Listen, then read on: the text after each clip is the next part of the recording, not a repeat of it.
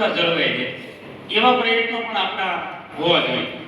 ઘણી વખત એવું બને કે ખૂબ વ્યવસ્થા અભીડ થઈ જાય તો એ ભીડને કાબૂમાં લઈને અઘરી પડે, ત્યારે આપણે જ બધા જો હાજર હોઈએ તો એવી વ્યવસ્થા ગોઠવીએ કે સરળતાથી દર્શન પણ થાય અને આપણી જે શોભાયાત્રાનો રૂટ છે એ ઝડપથી આગળ વધતો રહે અને સમય અનુરૂપ એ શોભાયાત્રાનો સમય પૂર્ણ થાય અને યોગ્ય સ્થાન ઉપર પહોંચી જાય. ઘણી વખત એવું બને કે અડધો પોણો કલાક વધારે વહી જાય જે સ્થાન ઉપર નથી ઉભું રહેવું પડતું ત્યાં, અને એની હિસાબે આ અવ્યવસ્થા ટ્રેક્ટરોની થોડીક જળવાતી નહોતી વ્યવસ્થા, એટલે અવ્યવસ્થા જેવું જતું હતું. એટલા માટે ક્રમ નંબર આપે છે ને એક જ ક્રમમાં ક્રમવાઇઝ ટ્રેક્ટરો નીકળે એવી વ્યવસ્થા અહીંથી ગોઠવવામાં આવી છે. એ વ્યવસ્થાને આપણે બધા એક સાથે જોડાશું સાથે અને એને આપણે સહજ સ્વીકારીશું. અને પછી જો એમાં કાંઈ અલગ સુઝાવ તમારા પ્રત્યે હોય તો એ પણ સૂચન કરજો કે આવું નહીં પણ આવું ગોઠવો તો વધારે અનુકૂળ રહે. તો એ વ્યવસ્થા જે છે એમાં ફેરફારને આવશ્યક છે. એટલા માટે કે આપણે એ વિચારો કરવા માટે અને સારામાં સારું આયોજન કરવા માટેની આ મીટિંગ છે અને મીટિંગમાં બધાના સૂચનો વિચારો અને જે સારો વિચાર હોય એ અમલમાં મૂકીને આપણે સૌ સાથે મળી પૂજ્ય બાપાની 140મી તિથિ જે છે 21/4/2026 ના મંગળવારના રોજ ઉજવીને ધામધૂમથી એવી આપણા સૌ વતી આ મીટિંગની અંદર અભિલાષા વ્યક્ત કરો. પરમ પૂજ્ય વજુ બાપુને પાદુકા પૂજનમાં પણ કેતન બાપુએ કીધું હતું કે આ સમસ્ત ગામનું છે, તો આપણે સ્વયંભૂ આજે મીટિંગમાં બહોળી સંખ્યા જોતા એવું લાગે છે કે આ તિથિ સવાઈ ઉજવવા જઈ રહી છે. ત્યારે આપણે એક જે કોઈ મંડળ જે કોઈ સ્ટોલ વાળા ખાંડ કે બરફ જોતી હોય એ પટેલવાડીએથી ચિઠ્ઠી લઈ જાય દર વખતે રાબેતા મુજબની જેમ. હવે એક હમણાં જ એક આખા કાર્યધારની અંદર ચર્ચાનો વિષય બન્યો હતો, આપણે ખૂબ ગર્વ થયો હતો અને ખૂબ નજીકના ભવિષ્યમાં અંજળ હશે તો પરમ પૂજ્ય મોરારી બાપુની સપ્તાહ માટે એમને આમંત્રિત કરવા માટે અહીંથી સેવક સમુદાય પૂજ્ય કેતન બાપુ બધા ગયા હતા. એ બાબતે હું વિનંતી કરીશ વસંતભાઈ ગોપાણી કે તેઓ એમની ચર્ચા કરે સમસ્ત ગામ સામે. વસંતભાઈ ગોપાણી.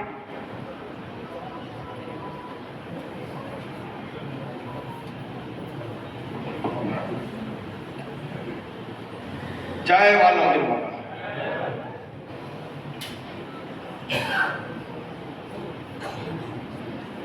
ઉપસ્થિત પૂજ્ય કેતન બાપુ, વાલમ સત્સંગ મંડળના સભ્યશ્રીઓ, ગારિયાધાર શહેરના તમામ ધર્મપ્રેમી ભાઈઓ અને બહેનો,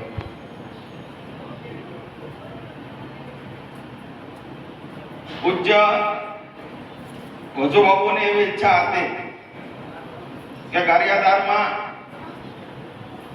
એક વાલમ બાપાના જગ્યાના નામ ઉપર એક સપ્તાહ મોરારી બાપુની થાય. ઘણા સમયથી ચર્ચા હાલતી છે. પૂજ્ય બાપુ દેવ થઈ ગયા છતાં એ ચર્ચાનો દોર કેતન બાપુ મારફત ચાલતો હતો. એમાં યુવા ટીમ જોડાવી, વાલમ ધૂન મંડળ, ભાઈ નિલેશભાઈ, સભાભાઈ, ભૂપતભાઈ સતત 10-15 દિવસે ચર્ચા કરે કે હવે આપણે પૂજ્ય બાપુની કથાનો સમય લેવો છે, કથા માટે જવું છે. આપે ન આપે બીજા નંબરની વસ્તુ છે. ખર્ચ કેટલો થાય કેટલો ન થાય એ બીજા નંબરની વસ્તુ છે. લોકોએ તો અમને એમ કીધું કે 5 કરોડ નો થાય, 10 કરોડ નો થાય, 20 કરોડ નો થાય, પણ પહેલા કોઈ પણ સમયે બાપુ તલગદડા આવે તો એને મળવું એ પહેલી પ્રાથમિકતા છે. એની માટે એ પહેલી માર્ચથી આ બધો કાર્યક્રમ એમનો કેતન બાપુના આગેવાનીમાં ચાલતો હતો. એના મધ્યસ્થી હતા ભગવાન દાદા વાઘાણી. એમાં એ 5 તારીખ એ ફોન આવ્યો એનો ભગવાન દાદાનો બાપુ ઉપર કે ભાઈ બાપુ બગસરાની સપ્તાહ પૂર્ણ કરીને 16 તારીખે ગત 16 તારીખે તલગાદડા આવે છે, પછી આપણને ટાઈમ આપશે.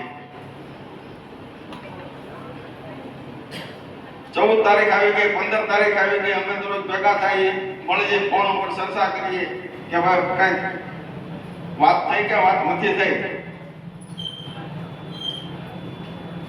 એમાં 16 તારીખે બપોરે 12:30 ફોન આવ્યો ભગવાન દાદા બાપુ ઉપર કે ભાઈ કોઈ પણ સમયે મોરારી બાપુનો ફોન આવશે એટલે ઇમરજન્સી આપણા અહીંથી જે એક બે ગાડી થાય એને નીકળવાનું છે, કોઈની રાહ ન જોવાની. એ આપણને સમય આપે એ સમયે આપણે તલગાદડા પહોંચવું પડે.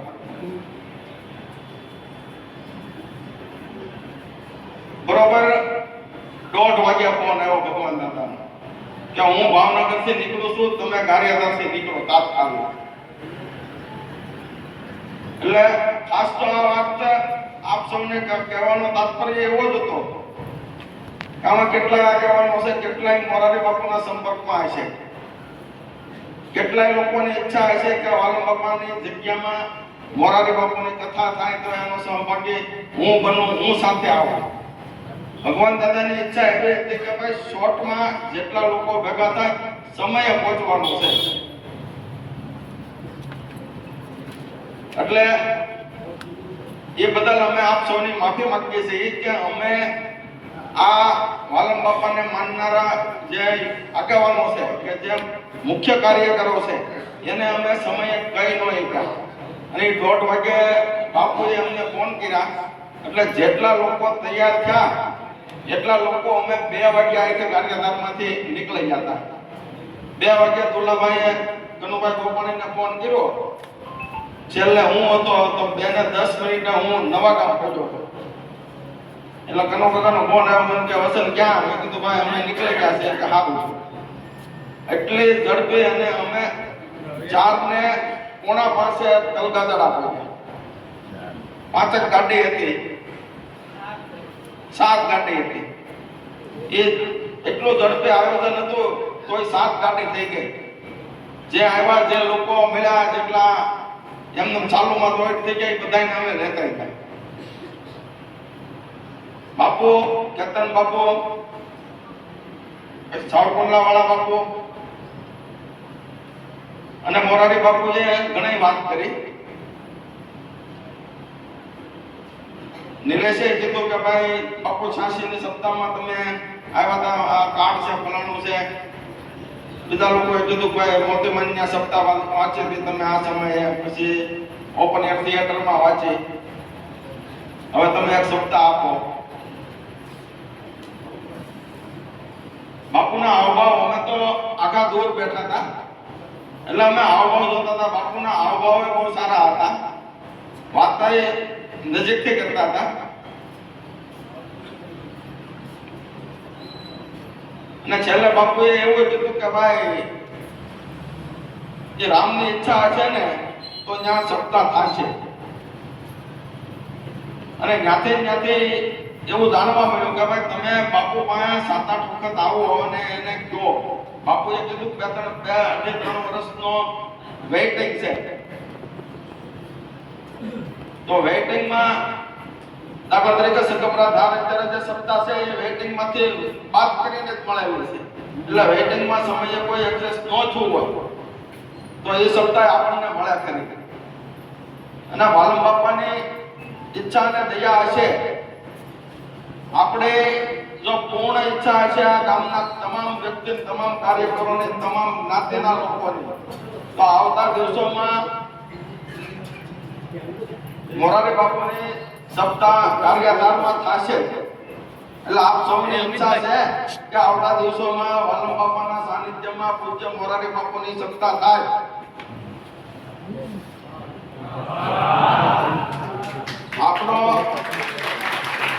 આપનો હોકારો હારો છે તો જ બાપુ સપ્તાહ આપશે. પહેલો પાવર મેન પાવર જોશે, મેન પાવર હશે ને તો જ બધા પાવર આવશે. પૈસા ગોતવા માલમ બાપાની જગ્યામાં બહુ અઘરી વસ્તુ નથી. પૈસાથી કે 10 કરોડ જોતા હોય 10 કરોડ રૂપિયા થઈ જાય. પછી કેટલાય લોકોના સુરત થી બોમ્બે થી ફોન આવ્યા બાપુ માથે, દિલીપ બાપુ માથે, ભાઈ નિલેશ માથે, ભાઈ માથે, અમારી માથે કે ભાઈ પૈસાની ચિંતા કરતા નહીં, પૈસા થઈ જાય છે. એટલે એ બધું કરવાનું છે.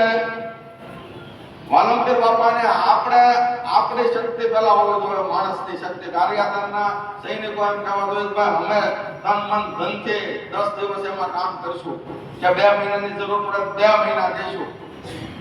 તો આ બાપુ શબ્દ દેતા કઈ વાર લાગે નહીં. આવતા દિવસોમાં વાલમ ધામમાં મોરારી બાપુની સત્તા આપણને મળે. એની માટે આપણે સતત ચિંતન કરવું પડે કે આવતા દિવસોમાં ક્યાં સત્તામાં પહોંચ્યું, એમાં મારી શું ફરજ આવે છે, આપણે શું કરીએ કે અમારી ટીમ શું કરીએ કે એની સતત ચિંતા કરવી પડે. આજથી જ અમારો પ્લાન એવો છે કે ભાઈ બાપાની તિથિ પતે એટલે આનું સતત મનોમંથન કરવું પડે કે વર્ષે આપે 2 વર્ષે આપે. એની માટે આપણે મહિને 15 દિવસ 20 દિવસ એક સમય નક્કી કરીએ કે જગ્યામાં આ સમયે આપણે ભેગું થવું છે. એ સમયે આ ચર્ચા કરવાની, જ્યાં લાગતા વળગતા હોય એને વાત કરવાની કે ભાઈ અમારી ઈચ્છા આવે છે કે આવતા દિવસોમાં વાલમ ધામમાં પૂજ્ય બાપાના ચરણોમાં પૂજ્ય મોરારી બાપુની સપ્તાહ રામકથાનું આયોજન થાય.